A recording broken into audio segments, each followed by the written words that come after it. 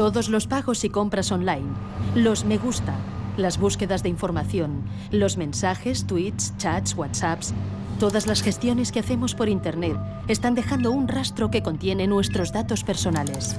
No es un rastro que se desdibuja con el tiempo. Es una huella digital que ahí queda, almacenada en grandes silos, en archivos, donde se nos puede identificar. ¿Qué dice ese contrato que firmé cuando hice clic en acepto tras descargar la aplicación gratuita que estoy usando todos los días? ¿Y esa información que aparece en el buscador asociada a mi nombre, la he subido yo? ¿Tiene que estar ahí? ¿Puedo oponerme? ¿Puedo cancelarla? ¿Rectificarla?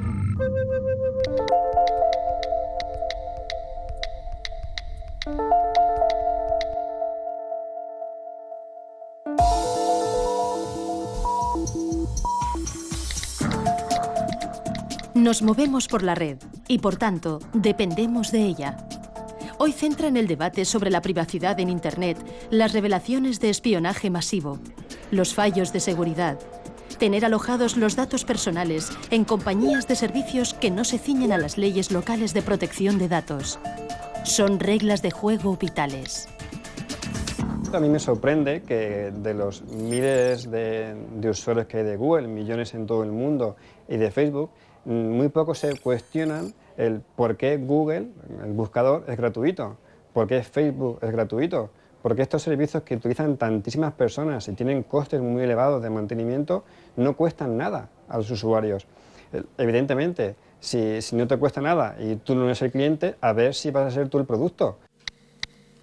Yo creo que lo que está en juego desde el punto de vista de ciudadano es la gestión que se hace de nuestra propia información y que esa información se utilice para cuestiones adecuadas. Es decir, que utilicen la información para administrarme publicidad de una manera que me resulte menos molesta. Pues seguramente la gran mayoría de la gente diría, oye, estoy de acuerdo, ¿no?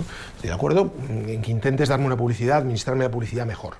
Que intentes utilizar esto para saber lo que pienso, para saber si soy peligroso o para saber si tengo posibilidades de convertirme en terrorista, pues hombre, eso es mucho más peligroso. Se regula hacia las empresas, hacia el sector privado, y luego nos estamos dando cuenta que quien tiene la oreja también muy grande son los estados.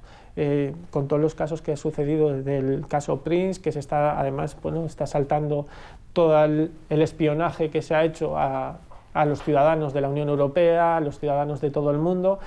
En el fondo, al final, bueno, la información está en Internet, somos nosotros lo que estamos dejando y los estados también la están tratando. Bueno, que se proteja también a los ciudadanos de cómo están tratando los estados ese tipo de información.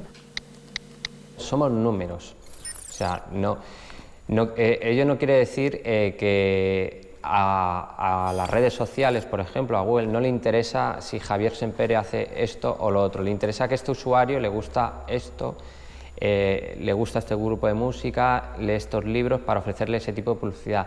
Ahora bien, hay un problema. Hoy en día se utiliza para publicidad, pero esa información está en manos de determinadas empresas que no sabemos qué va a ocurrir en el futuro. En el momento que vayas por el mainstream, es decir, que utilices los ordenadores normales, los sistemas operativos habituales, los smartphones habituales, las redes sociales habituales, no hay privacidad. Todo lo que tú hagas se va a saber, incluso aunque no estés autenticado con tu usuario y tu contraseña. Hay una cosa que llamamos nosotros que es la huella digital de tu conexión y es la manera en la que te conectas y con qué dispositivos te conectas. Y eso, las grandes empresas lo capturan para asociarlo a tu identidad digital. Así que en el futuro, aunque tú no hayas dicho que eres tú, ellos van a tener capturada la huella digital de tu conexión y van a saber que eres tú, estés donde estés. No existe la privacidad absoluta, ni siquiera existe el derecho absoluto a la privacidad en las leyes, porque en algún momento va a tener que ceder. Lo que ocurre es que cuando yo cedo parte de mi privacidad o parte de mi información personal o parte de mi intimidad para utilizar un medio de comunicación, quiero saber exactamente cuáles son los límites, y eso me lo tiene que decir la ley.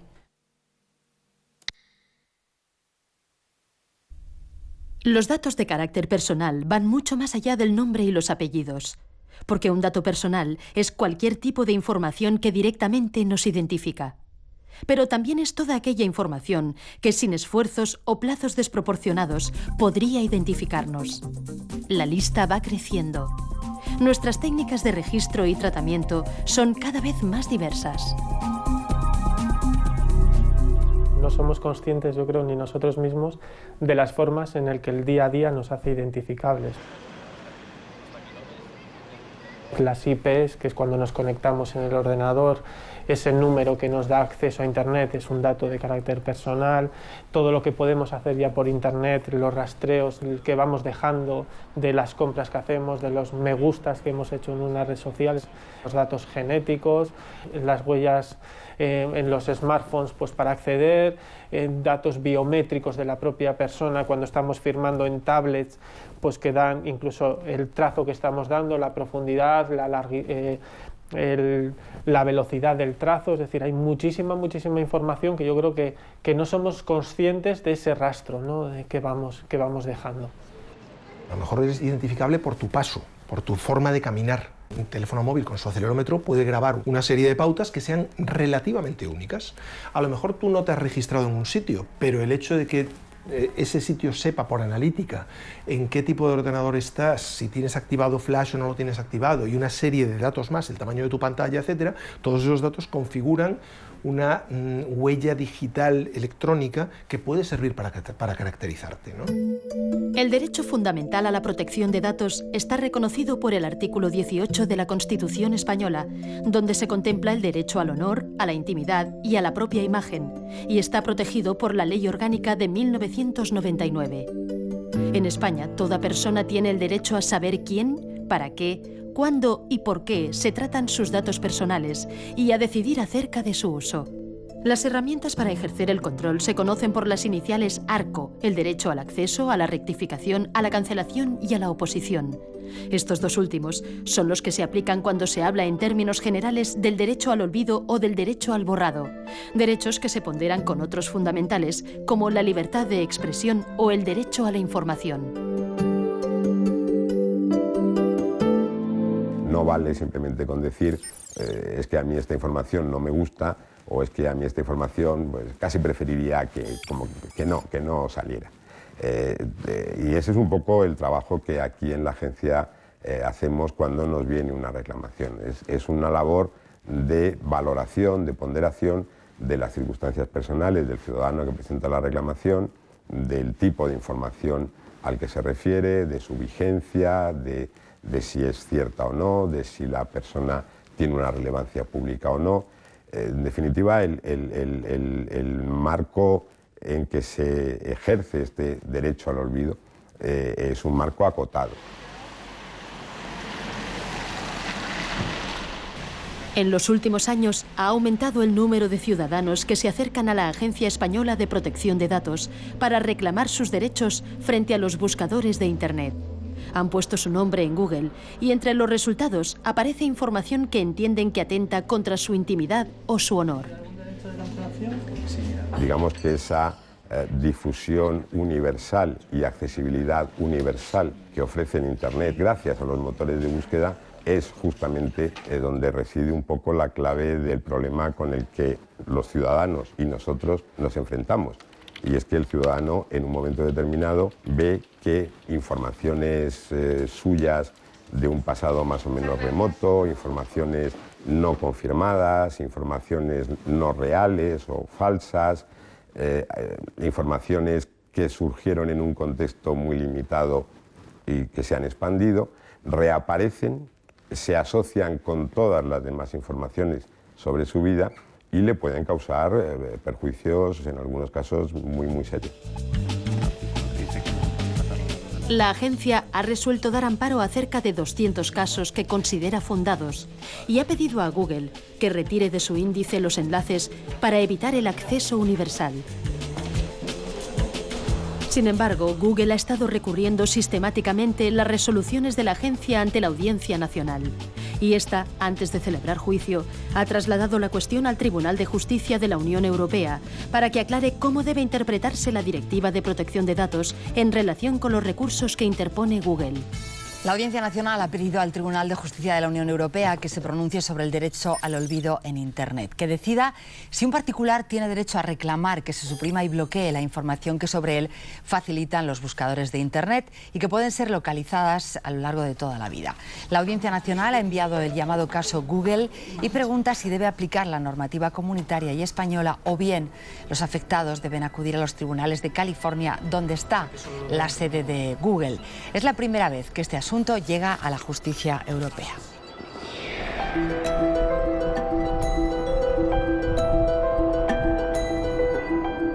El caso de referencia sobre el que se pregunta el Tribunal Europeo es el de Mario Costejá, un perito calígrafo que vive y trabaja en A Coruña.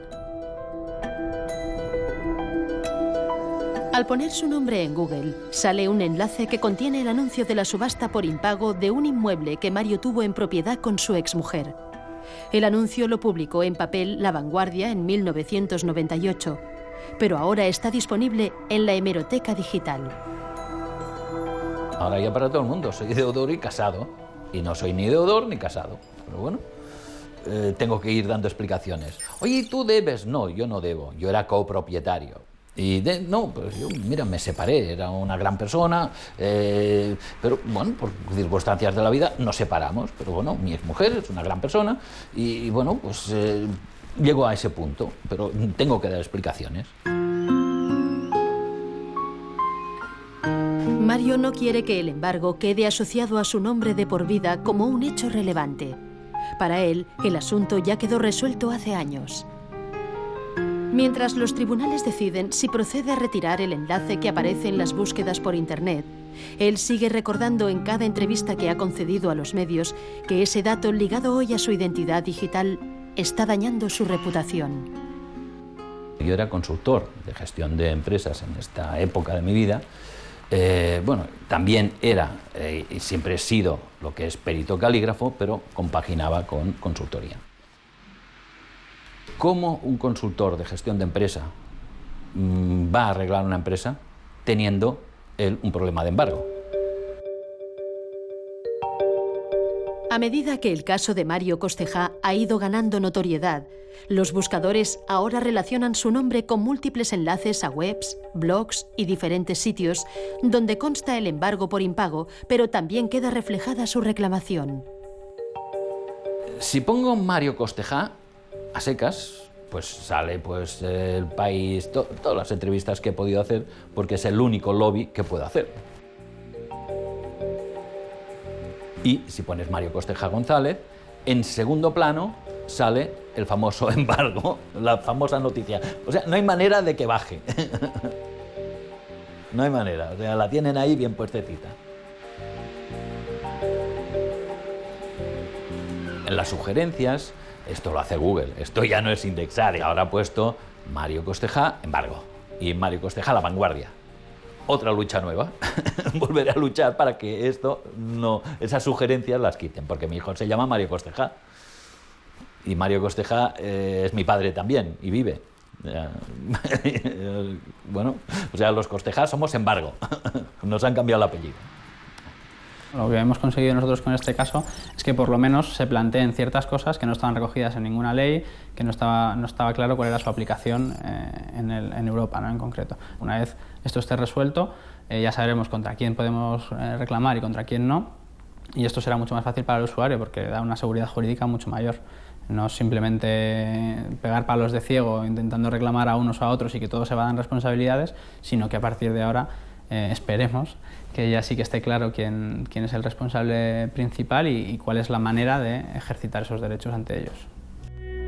Desde que La Vanguardia digitalizó su hemeroteca, Mario Costejá y Ramón Sampedro comparten el mismo enlace.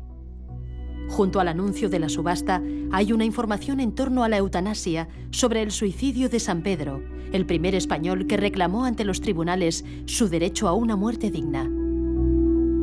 El principal problema aquí está en que es una publicación escaneada de un periódico en papel. Digamos que es una forma muy rudimentaria el llevar toda la información sin separar cada noticia, sin entender si un hecho sigue siendo noticiable o no. O sea, habría que, digamos, no mantener las noticias de una manera estática como están ahora conceptuadas, sino que simplemente se van subiendo y esto queda pues igual como una hemeroteca pero online, sino hacer un tratamiento por separado de cada noticia y resolver cuál debe seguir publicada y cuál no y en qué condiciones. Desde que la prensa y también los boletines oficiales han convertido su pasado de papel a formato digital, hay un montón de información personal que los buscadores han puesto ahora a un clic de cualquiera y a la que quizá cabría aplicar un derecho a la privacidad.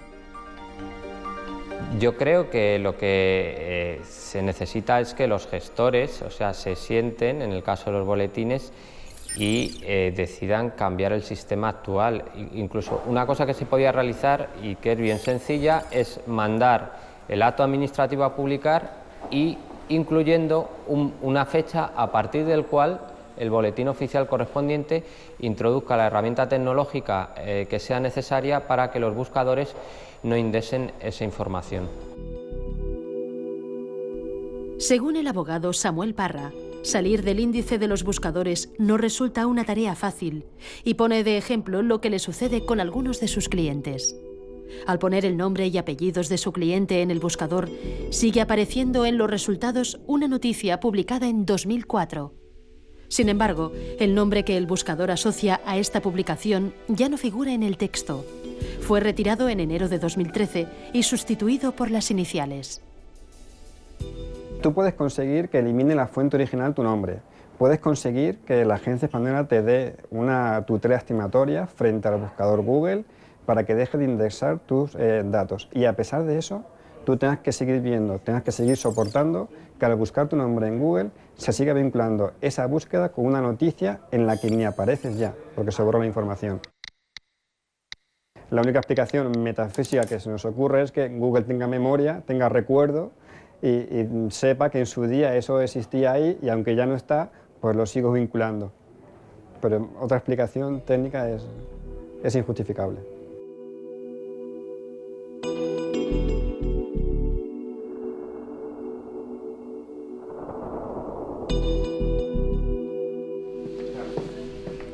Este programa se ha puesto en contacto con Google para solicitar una entrevista con su representante en España, pero la petición ha sido denegada.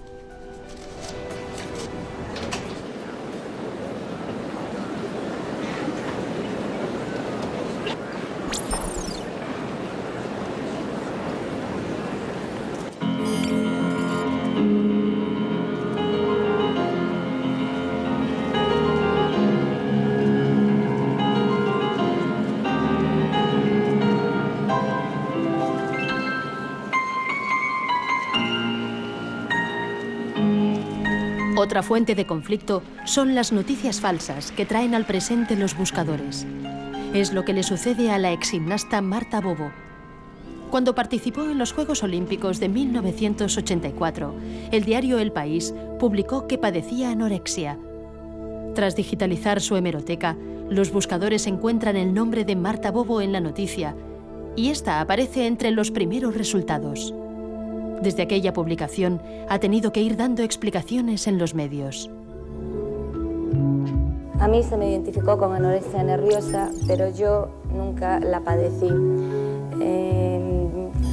Quizás el estilo de vida al que estuve sometida durante 6 años, entrenando pues prácticamente todos los días, incluso el año anterior a la Olimpiada, 7-8 horas diarias, un régimen estricto de convivencia en cuanto a horas de descanso, en cuanto a régimen de comidas, en cuanto a visitar a tu familia, días libres, etcétera, y una carga muy intensa de entrenamiento, lógicamente hacen que una persona pues pierda peso, y más que perder peso, lo que hacíamos era prepararnos al 100% para ir a esos Juegos Olímpicos de Los Ángeles. Es falso, yo no tuve anorexia nerviosa, no tenía anorexia nerviosa. Marta hoy es profesora de Educación Física en la Universidad de A Coruña. En 2011, ella y su marido decidieron recurrir al defensor del lector del País, en ese momento Milagros Pérez Oliva, para dejar constancia del perjuicio que causó entonces la publicación en papel y que sigue causando ahora, indexada y asociada a su identidad digital. Bueno, mi pareja, Alberto, y yo nos ponemos en contacto con Milagros y le comentamos el tema. Pero claro, ella en este momento su preocupación es un poco el litigio que pueda haber entre lo que son prensa escrita o diferentes medios con buscadores, que es un poco ahí donde porque están tirándose un poco la piedra unos a otros. No, la culpa es del buscador y entonces no, la culpa es de la prensa por haberlo publicado. En prensa dicen, en hemeroteca no lo modifico, no lo cambio porque es histórico. El buscador dice, yo recojo datos y salen ahí tal cual los tienes. Lo que sea falso es problema tuyo, nosotros lo vamos a subir.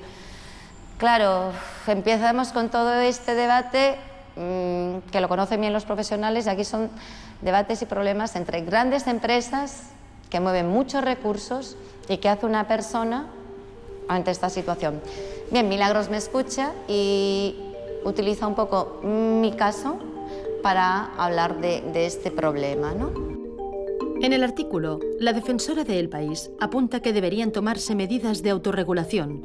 Por ejemplo, habilitar un espacio en la edición digital para que la persona afectada pueda publicar una nota que quedaría indexada y permitiría que cuando alguien buscase el nombre de esa persona, apareciera junto a la información. Tal y como apostilla al final, el derecho al olvido es un gran desafío para los medios. Si mi vida estuviese ahora dependiendo de esto a nivel personal, a nivel psicológico, a nivel profesional, a nivel familiar y me viese muy afectada, estaría totalmente indefensa porque o tengo mucho dinero para poder luchar contra el bufete de abogados que pueda tener Google o uno de los grandes buscadores y tengo mucho dinero para poder luchar contra el gran bufete de abogados que pueda tener el país, o si no, yo no puedo resolver este tema.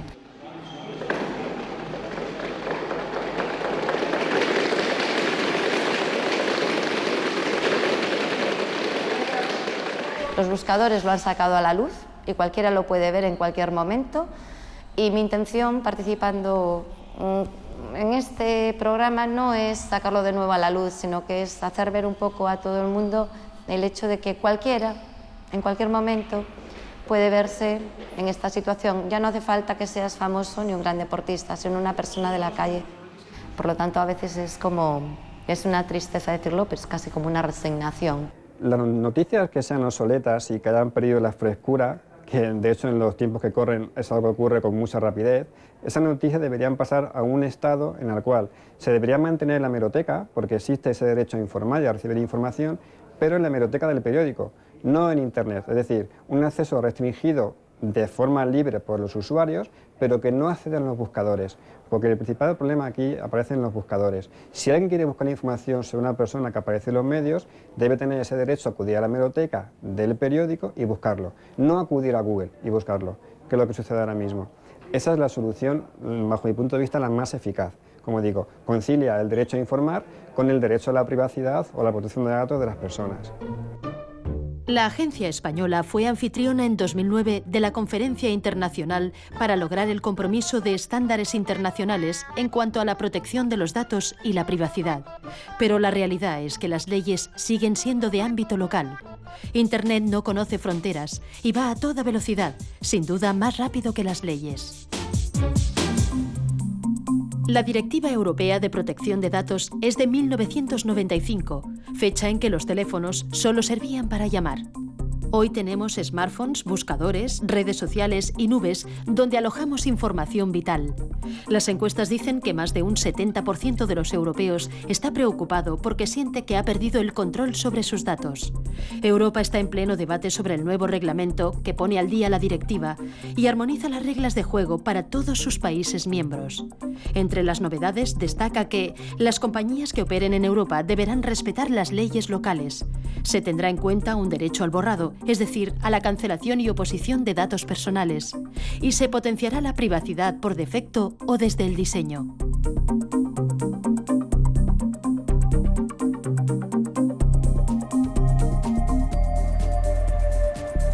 El trámite para la reforma de la Directiva de Protección de Datos ha llegado a acumular casi 3.000 enmiendas. Hay muchos intereses en juego, especialmente entre las grandes empresas norteamericanas. Pero la comisaria Reding se muestra dispuesta a conseguir los cambios antes de que acabe su legislatura.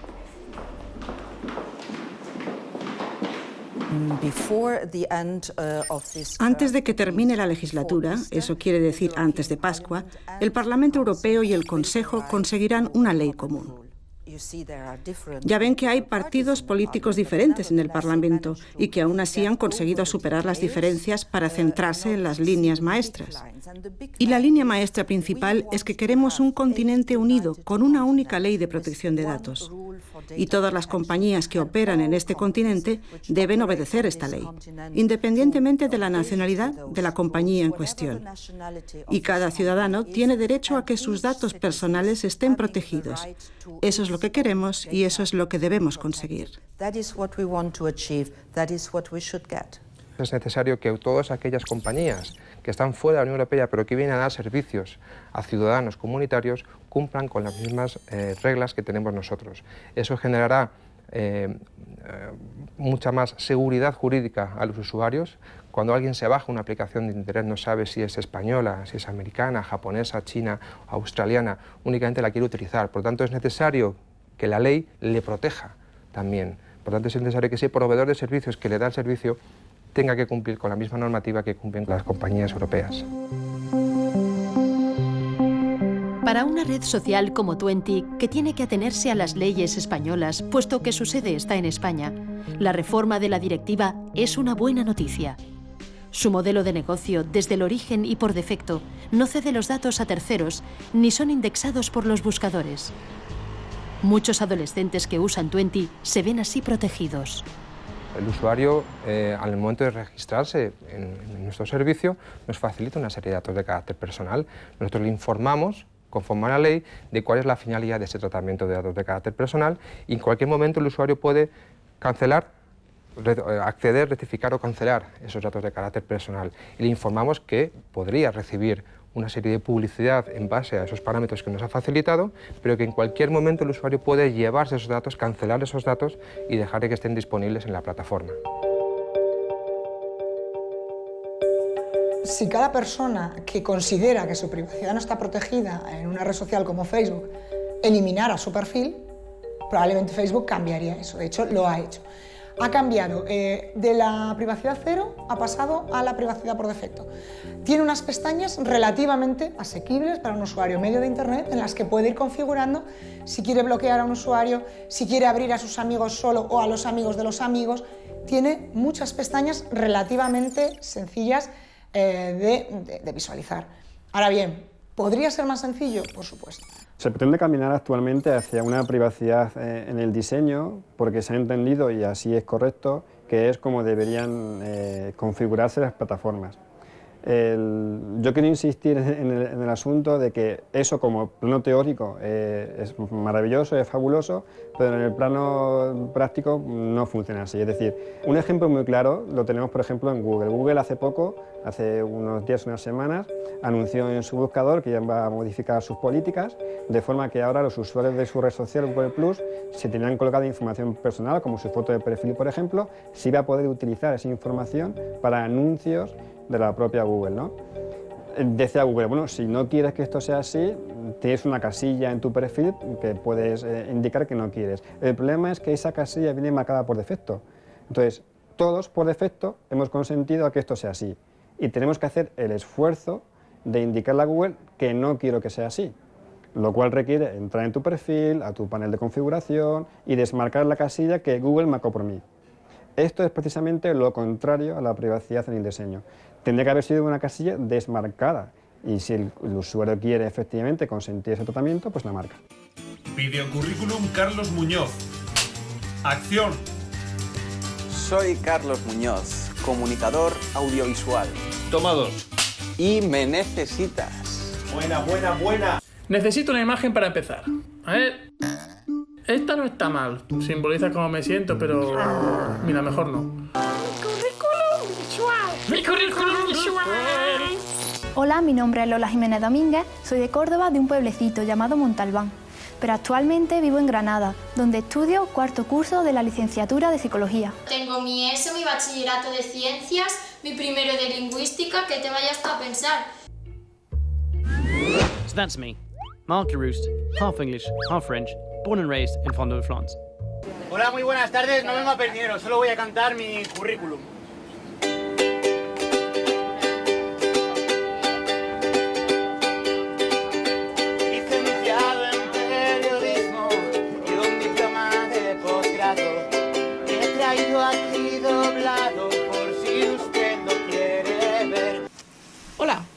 Carlos López, técnico en sistemas microinformáticos y redes, y estoy buscando un trabajo donde poner en práctica todos mis conocimientos. Cuidar la reputación digital teniendo en cuenta que no estar es malo. Si tú en tu currículum dices que eres experto en realización televisiva, tiene que aparecer tu nombre vinculado a las palabras realización televisiva en una búsqueda. Si no, es que no eres tan experto. No has dicho nada relevante, no estás vinculado realmente a ese campo, digamos, ¿no?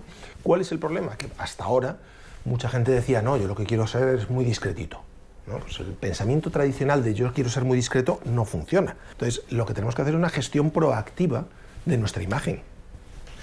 Hace muchos años, cuando las comunicaciones por tierra no eran sencillas, nos preocupaba la reputación en nuestro entorno, en nuestro pueblo, porque tú antes para irte a trabajar a otro sitio, era muy difícil porque todo el mundo te iba a conocer. Ahora nos tenemos que preocupar a nivel mundial, porque te vayas donde te vayas, tu información puede aparecer y te la pueden rastrear. Pero claro, está la parte mala, que es la que estamos comentando, y la parte buena. Si nuestra reputación online, si hemos cuidado de sobra esa imagen en la red, y arroja datos buenos para nosotros, realmente destruir luego esa reputación va a ser complicado. Pero a veces, cuidar la identidad digital es casi imposible si somos víctimas de un acosador. La adolescente canadiense Amanda Todd contó su ciberacoso en la red antes de quitarse la vida. La fotografía de sus senos desnudos confiada a un extraño que después la hizo pública destrozó su reputación. Esta chica hizo un vídeo contando lo que le había pasado, un vídeo muy gráfico, muy descriptivo. Eso es lo que ha dado la vuelta al mundo. La gente, al entender que se pueden exponer a un caso de acoso como el que esta chica vivió, son más prudentes. Eso es lo que ella ha conseguido. Nos ha dicho a todos, sed más prudentes, mirad lo que me ha pasado. Entonces, ¿qué es lo que tiene que hacer un gobierno ante una situación así? Enfocar y estudiar y preparar a su administración pública para que informe en los colegios, en los casos de menores de edad, y para que explique a los chicos que son potencialmente víctimas de acoso e informar a los acosadores, que eso tiene responsabilidades, que eso no se va a quedar en el aire. En Internet yo creo que el gran problema es que como no se percibe de forma directa el daño que se causa, yo creo que no nos podemos compadecer. Si no padecemos no vamos a parar ese acoso, ¿no? Yo creo que eso es algo que hay que trabajar mucho respecto de la empatía de las personas que son hostigadas en la red. Pantallas Amigas es una iniciativa que promueve el uso seguro y responsable de las nuevas tecnologías entre la infancia y la adolescencia. Organiza charlas informativas en España y Latinoamérica.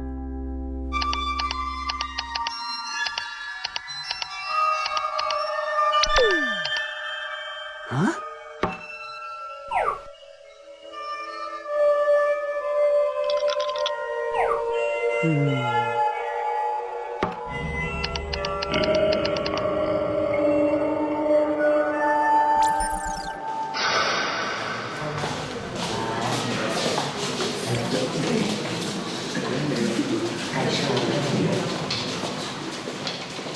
¿Para qué sirve la webcam? Normalmente la gente suele responder para ver, ¿no? Para ver a la otra persona. Eso es lo que más o menos tengo yo en la cabeza, ¿no? Me compro la webcam y puedo ver a mis amigos.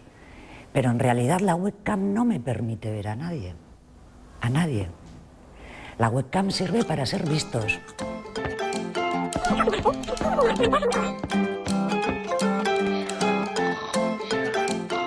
¿Cuántas fotos tenéis que salen personas que no sois vosotros, ¿no?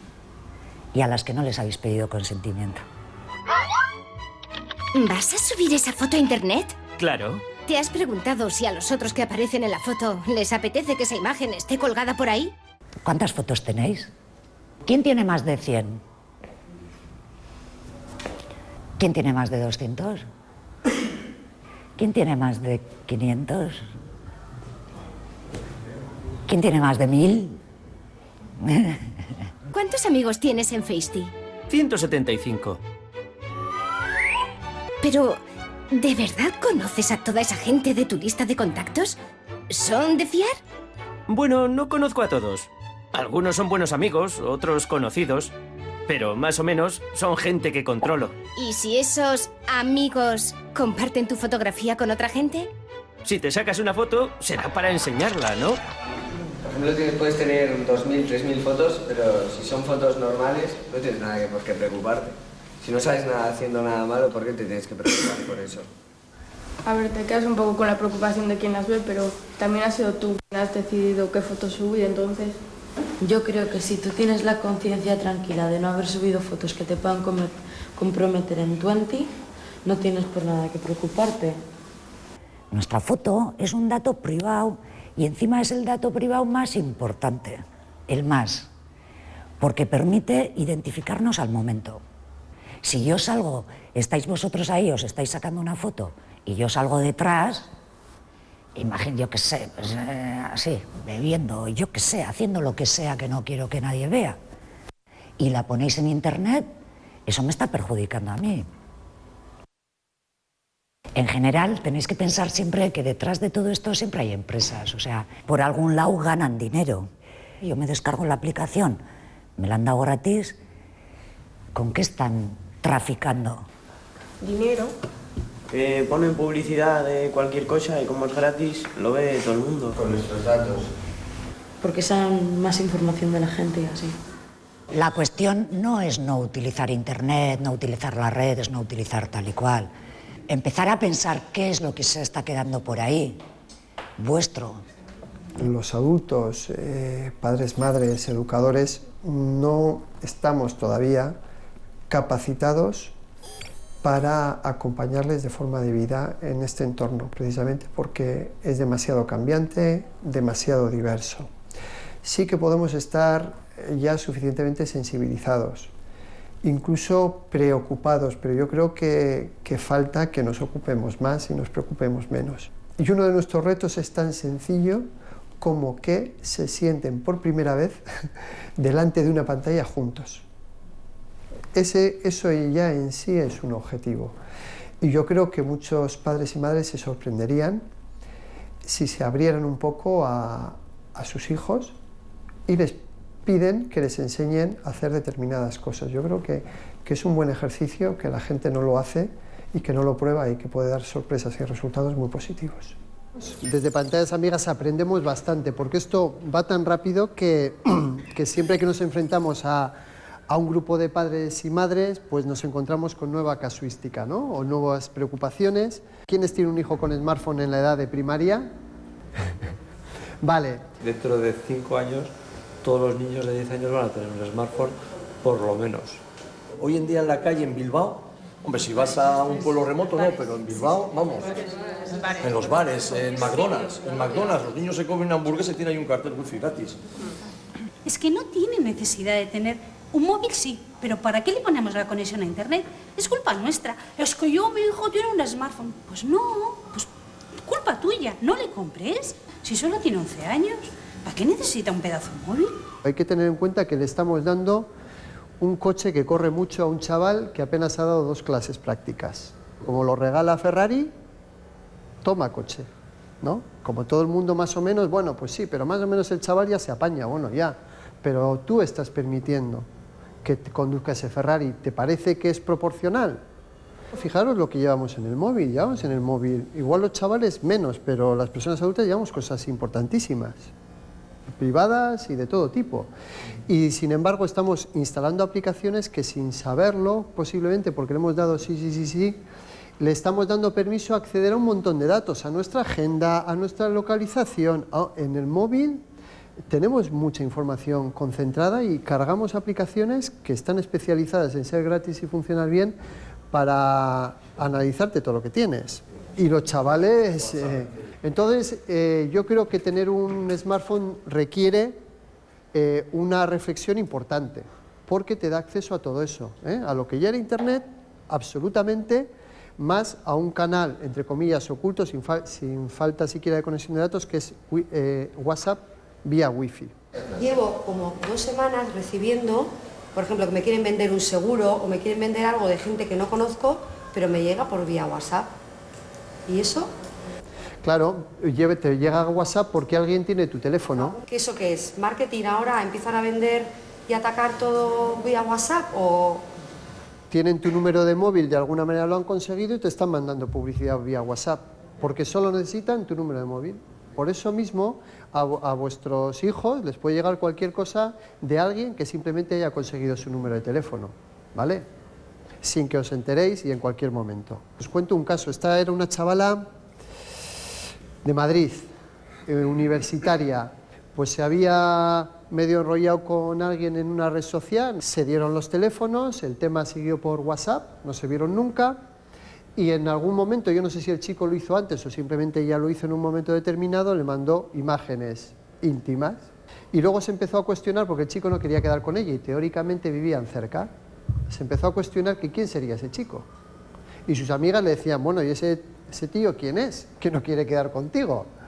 Y entonces se dio cuenta que había sido víctima de un engaño, pero no podía denunciar nada, porque no le consta que hubiera amenazas ni chantaje de publicar las fotos, no le consta que hayan sido publicadas y tampoco fueron robadas, ella las dio voluntariamente, por lo tanto no tenía nada que denunciar. Una chavala, estamos hablando, con cierto nivel socioeconómico, vamos a decir, y cultural, cayó en esa trampa tonta sin apenas darse cuenta, ¿no? Su equivocación no fue tener Facebook, ni Twitter, ni WhatsApp, ni nada parecido. Su equivocación fue confiar en un desconocido. Y eso es lo que tú tienes que enseñar a tu hijo, de 8 años, de 10, de 15 o de 25. Y esa es la lección que tiene que llevar aprendida. Igual que no, si un señor le habla por la calle y le da caramelos, lo que tienes que enseñar es que no los coja. Si un tío de Facebook te dice que voy a ser tu amiguito y te voy a regalar un perrito, pues tampoco te lo tienes que creer. El problema no es por qué vía se está transmitiendo. El problema es que tú lo que le tienes que enseñar es eso, sea por internet, sea por la calle, o sea, porque entonces tampoco le dejas salir a la calle, nunca. Tienen que aprender, yo entiendo, a dar valor a la privacidad, a la suya y a la de otras personas. Tendréis tapados todo la webcam, ¿no? Eso es de primero de pantallas amigas, tapar la webcam. Porque en cualquier momento podemos tener un bicho que nos esté grabando. Un bicho, quiero decir, un programa que nos activa la webcam, incluso nos apaga la luz, que es la que nos avisa que está encendida, y que está grabando y transmitiendo lo que la webcam está enfocando. La webcam siempre hay que tenerla tapada. Y aún así hay chavales y chavalas que hacen shows a través de la webcam sin ser conscientes de que al otro lado hay alguien que lo está viendo, pero que además lo está grabando y que luego te va a chantajear. La mayor amenaza para la seguridad de nuestra información, de nuestros datos personales, somos nosotros mismos. Es decir, muchas veces el propio usuario el que, por descuido, por dejadez, por ignorancia, por no comprender el funcionamiento de determinados programas, libera demasiada información personal y pone sus datos a disposición de los demás y en cierta manera se pone a sí mismo en riesgo. Cada servicio que se ofrece en Internet, entre los cuales están las redes sociales, dispone de unas condiciones de uso y unos acuerdos de privacidad. Por norma general eso debería ser lo primero que cada usuario lee. Por desgracia la realidad dice todo lo contrario, o sea, no leemos esas condiciones de uso ni esos acuerdos de privacidad, con lo cual realmente no sabemos qué pasa con nuestra información, no sabemos qué datos podemos o no podemos facilitar y lo que es más importante, no sabemos quién está recabando los datos y qué está haciendo con ellos. La privacidad y la seguridad necesariamente van de la mano en Internet. En la Universidad Europea de Madrid se celebra una sesión sobre ciberamenazas y ciberdefensa. Entre los expertos, además de miembros de la Policía y la Guardia Civil, interviene Chema Alonso, un especialista en encontrar dónde y cómo fallan los sistemas. En Internet hay un montón de gente mala que está aprovechándose de los datos de ciudadanos normales que no están tomando las precauciones adecuadas para cometer delitos. Aquí en España, por ejemplo, tenemos una legislación que obliga a identificarse cuando tú vas a comprar un teléfono móvil, después de los atentados que tuvimos en Madrid el 11 de marzo, y tenemos una legislación que cuando tú sacas una cuenta bancaria pues tienes que entregar una determinada documentación, ¿vale? Cuando un criminal o alguien con malas intenciones desea saltarse esa protección, pues va a hacer algo tan sencillo como comprar una identidad falsa en Internet. Y esas identidades falsas en Internet se construyen a base de datos de verdad, ¿no? Hemos tenido casos de gente que por descuido ha compartido su documento nacional de identidad por la red Emule y a partir de ese momento le han abierto créditos, le han pedido cuentas bancarias en las que han hecho transferencias de dinero procedente del cibercrimen, etc. Ahí tenemos otro escaneado, aquí tenemos el DNI de Ana, DNI de Mayra, el DNI con los nombres, apellidos, etc. Vale, ya está.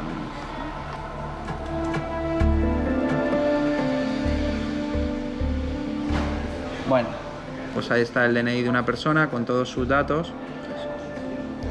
Un DNI de Barcelona, donde vive, y el DNI está totalmente en curso, ¿no? Porque caduca en junio del 2023, es decir, de una manera tan sencilla es fácil conseguir documentación de personas en Internet. El dato que puede hacer que nuestro sistema informático caiga puede estar escondido en cualquier rincón. Porque parte de la seguridad de nuestros sistemas recae en los usuarios, ¿no? Había puesto Óscar el vídeo donde le daban un pendrive al usuario. Al final, muchísima de la información crítica de nuestros usuarios está en los ordenadores personales, en los smartphones que tiene personales, en las cuentas de usuario que están desperdigadas por todo el mundo. A día de hoy, prácticamente el 90% de las transacciones que puede hacer un usuario, sea bien comerciales o trámites con la administración, se hacen a través de Internet. Y la gran laguna que tiene Internet, que en todos estos años no hemos conseguido paliar, es el problema de identificación de los usuarios. Prácticamente no hay sistemas que permitan una identificación fiable de los usuarios. Quizás en España estamos muy avanzados en este tema porque disponemos del DNI electrónico con sus certificados, etcétera, etcétera, pero el mundo no funciona con DNI electrónico. Entonces, al final, esa identificación de un usuario se basa en un usuario y una contraseña o en un acceso a través de un código que se genera aleatoriamente, con lo cual es muy complicado saber quién es. Y esa dificultad para identificar al usuario es lo que provoca que sea mucho más sencillo suplantar a una persona. Por ejemplo, para registrarse en cualquier plataforma, en una red social, en la mayoría de las ocasiones lo único que se pide es un correo electrónico. El fallo de seguridad también nos puede venir desde el pasado. Y que un fallo que se cometió 5 años atrás nos afecte a día de hoy. Porque Internet es muy fácil subir cosas nuevas, pero es prácticamente imposible borrar algo que una vez se subió a Internet. Esto lo sabéis, ¿no? Hay muchas empresas cuyo negocio está siendo lo que se llama el archiving, es decir, únicamente copiar datos públicos y almacenarlos por si en el futuro tienen algún valor. De tal manera que esas empresas copian los datos, mañana los datos son eliminados de su fuente original y sin embargo ellos siguen poseyéndolos y cobran valor y relevancia. Y esto estamos viendo que lo están haciendo muchas empresas. Vamos a ver un ejemplo con la Casa Real. En este caso podemos ver la página web tal y como se está publicando el 29 de octubre. Si queremos mirar qué es lo que se ha pedido quitar de los buscadores con el fichero robots.txt, podremos descubrir que hay una URL dentro de la dirección ex_familiareal/Urdangarín que se ha pedido eliminar. Haciendo una sencilla consulta en el buscador como casareal.es y pidiendo las direcciones de las URLs de esas direcciones, pues vemos que aparece únicamente una, pero sin embargo tenemos la opción de repetir la búsqueda y ver los resultados que se han omitido. Si echamos un ojo ahí, vemos que aparece una lista con direcciones que ya no están indexadas, como se puede ver, no se puede ver el contenido, pero sigue apareciendo la dirección de Internet. Si entramos a una de ellas, vemos que ha sido eliminada directamente del servidor web de la Casa Real, pero este no es el único sitio donde se copia un contenido en Internet, así que basta con copiar esta dirección y utilizar un servicio de archivado de páginas web, como este que tenemos aquí, que es archive.org. Pegamos la dirección que hemos copiado y vemos si ha hecho en algún momento del tiempo una copia. Como podéis ver, aquí se dice que esta copia se hizo el 13 de octubre y si vamos al 13 de octubre, por ejemplo, pues nos vamos a encontrar con que ya no está dentro de la página web original, ya no está dentro de Casa Real, pero está copiado en otro buscador de Internet la página completa que estaba publicada en la web de Casa Real. Ya está. Pero esto sucede con todo, sucede con estos vídeos digamos, de carácter sexual que se publican sin consentimiento de las partes afectadas, sucede con las páginas de descarga de contenido ilegal, sucede con las páginas de descargas de material de abuso sexual infantil, prácticamente con todo. Es muy complicado eliminar contenidos de Internet, porque como decía, se puede eliminar de un sitio, se puede eliminar temporalmente, pero no estamos exentos de que tarde o temprano ese contenido vuelva a aparecer. Cuando hablamos del derecho al olvido o a borrar los datos de una determinada persona dentro de, por ejemplo, una red social, estaríamos hablando de que debería ser borrado de todos los lugares donde está almacenado. El número de copias de seguridad que se hacen es brutal, y no solo eso, sino que por los términos de servicio, empresas como Facebook están entregando parte de los datos personales a empresas terceras que están copiando y haciendo uso de ellos. Sin ir más lejos, los famosos juegos de las redes sociales. Así que técnicamente para una red social o una empresa tecnológica que le obliguen a borrar todos los datos de una determinada persona es prácticamente imposible, ¿no? Yo tengo mi teoría de que dentro de 150 años, cuando aparezca una ley que diga, oye, ¿qué hacemos con todos los datos de nuestros bisabuelos? Y dirán, yo creo que es un avance para la sociedad que se puedan estudiar, ¿no? Entonces harán públicos todas nuestras conversaciones del Facebook, nuestros correos y tal, para darse cuenta por qué la humanidad fue al fracaso, ¿no? Eso estamos pensando.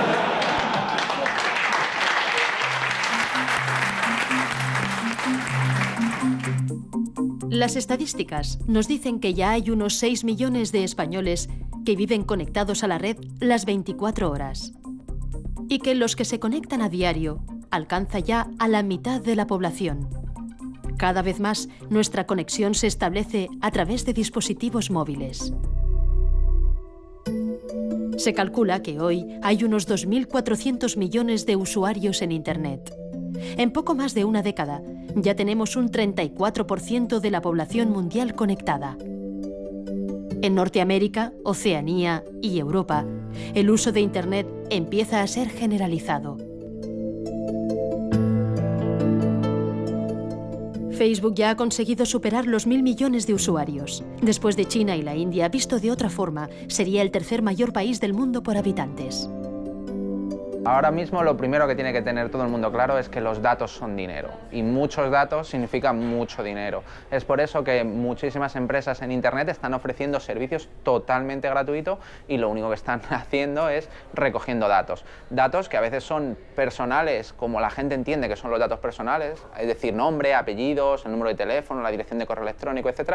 Y otros datos que la gente no asume que son tan personales, pero que igualmente lo son, como qué sistema operativo utilizo para conectarme, si utilizo una determinada herramienta de software para leer el correo electrónico u utilizo otra, si me conecto a una determinada página web o me conecto a otra página. Toda esa información hoy en día se está recolectando en Internet y se está almacenando en grandes silos de información.